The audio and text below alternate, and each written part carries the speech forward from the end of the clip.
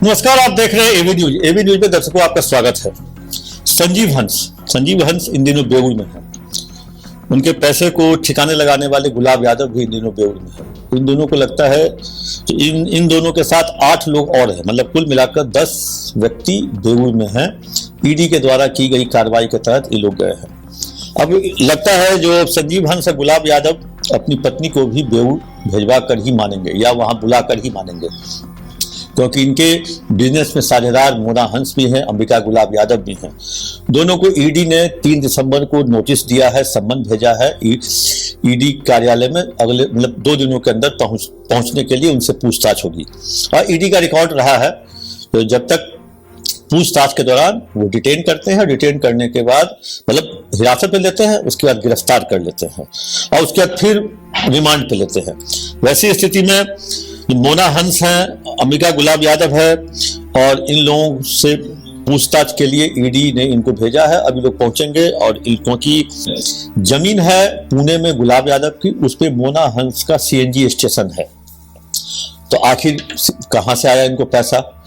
और इनके जो साथ गिरफ्तार हुए थे प्रवीण चौधरी को 9 करोड़ रुपए दिए गए थे संजीव हंस के द्वारा, जो फ्लैट खरीदे। प्रवीण चौधरी के नाम पे वो फ्लैट है, लेकिन पैसा है संजीव हंस का, उसमें वो रह रहे हैं। संजीव हंस का परिवार रहता है, तो आखिर प्रवीण चौधरी क्यों देंगे अपना परिवार, संजीव हंस के परिवार को रखने के लिए अपना फ्लैट। तो कहीं ना कहीं कुछ दाल में काला है। 10 लोग अभी तक गिरफ्तार हुए हैं। संजीव हंस, गुलाब यादव, प्रवीण चौधरी, शादाब खान, सुरेश सिंगला, देवेंद्र सिंह आनंद कंस्ट्रक्शन वाले हैं, पुष्पराज बजाज, वरुण सिंगला जो सुरेश सिंगला के पुत्र हैं, पवन कुमार, विपुल बंसल। तो इसमें कुछ कलकत्ता के हैं, कुछ दिल्ली के, कुछ बाहर के और इधर का है। जो ईडी की लगातार रेड जारी है। ईडी ने पिछले 24 घंटे में कम से कम 13 से 15 ठिकानों पर संजीव हंस और गुलाब यादव के ठिकानों पर रेड किया है, जिसमें लगभग 60 करोड़ के शेयर मिले हैं, 23 लाख रुपए नगद मिले हैं, 16 लाख रुपया विदेशी मुद्रा मिला है और 70 बैंक अकाउंट मिले हैं। 70 बैंक अकाउंट में अभी लगभग 10 करोड़ रुपए उसमें हैं।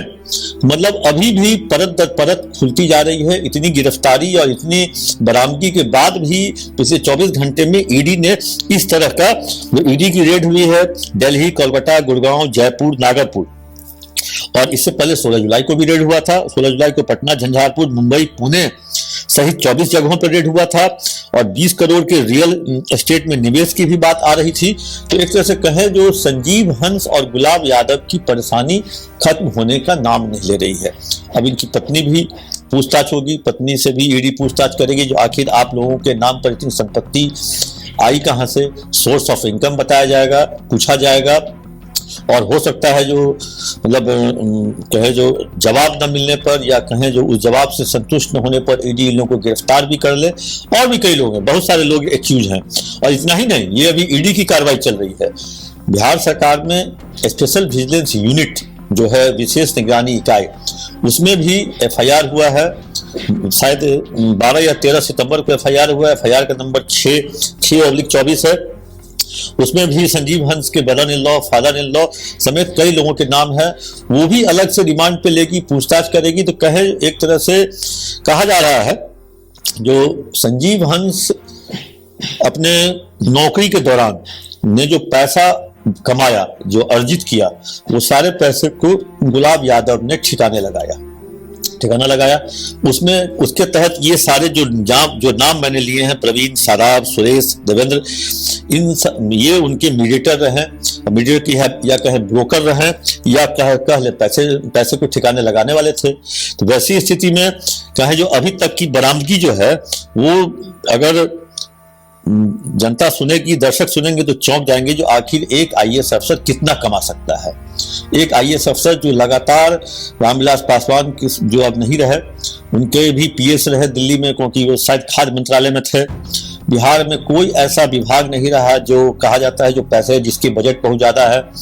जल संसाधन, बिजली, पुल, इन सबों में इन्होंने जम के काम किया। और पहली बार जब रेड हुआ था तो रेड में आप जान लीजिए जो रेड में इनके यहाँ से मिला था 87 लाख कैश, 13 किलो चांदी, 2 किलो सोना, 1.5 करोड़ के गहने, 40 बेशकीमती घड़ियां, एक मर्सिडीज कार जो स्मार्ट मीटर लगाने वाली कंपनी ने दिया था। शायद इसीलिए लोग हल्ला कर रहे हैं। वो स्मार्ट मीटर बहुत तेज भागता है, क्योंकि उससे ज्यादा तेज जो संजीव हंस भाग रहे थे, अब भाग रही हैं। और वो कंपनियां भी भाग रही हैं जिन्होंने मर्सिडीज कार गिफ्ट में दिया। मर्सिडीज कार गिफ्ट देने का मतलब कुछ न कुछ दाल में काला होगा।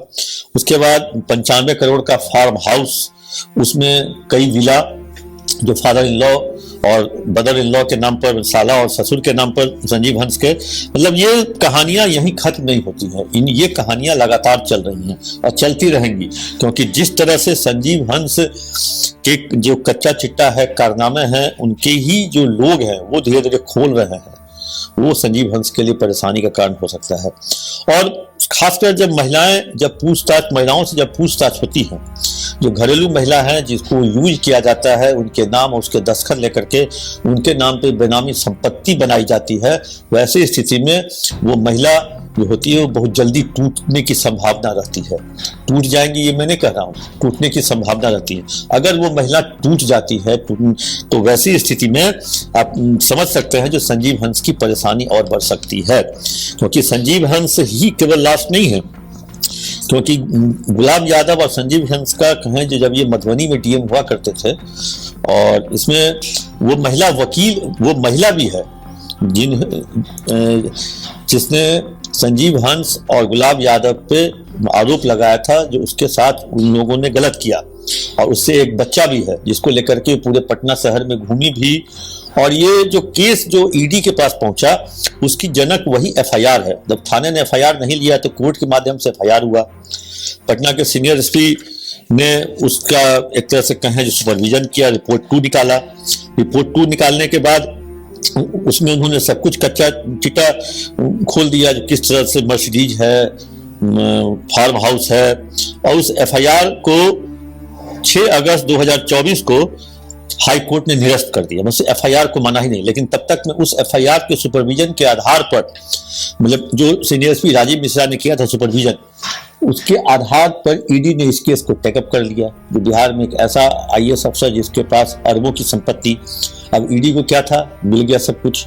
ईडी ने अपनी तरह से कार्रवाई, और इस तरह से कहें जो 18 अक्टूबर को रेड भी हुआ था और उसी रात गिरफ्तार भी कर लिए गए। लगभग कहें जो एक तरह से मतलब 2 महीने से अधिक से ये लोग जेल में हैं, और अभी भी इनकी परेशानी खत्म होने का नाम नहीं ले रही है। अब मोना हंस और अंबिका गुलाब यादव, और कहा जा रहा है, जो कहीं से बात आ रही है, गुलाब यादव की दूसरी पत्नी भी एक है। ईडी को जांच के क्रम में गुलाब यादव की दूसरी पत्नी का भी पता चला है, जो उसकी एक दूसरी पत्नी भी है, नाम कहा जा रहा है माधवी है। और उसका तो नेम्ड एफआईआर नहीं है, उसका कहीं भी किसी भी कागज पे एफआईआर में नाम तो नहीं आया है, लेकिन ईडी को जांच के क्रम में पता चला है कि दूसरी पत्नी के नाम में भी कुछ ट्रांजैक्शंस हुए हैं, उनसे भी पूछताछ की संभावना है। मतलब एक संजीव हंस ने अपने फायदे के लिए कहे जो पूरे अपने परिवार को ही एक तरह से कहे जो एक गड्ढे में धकेल दिया।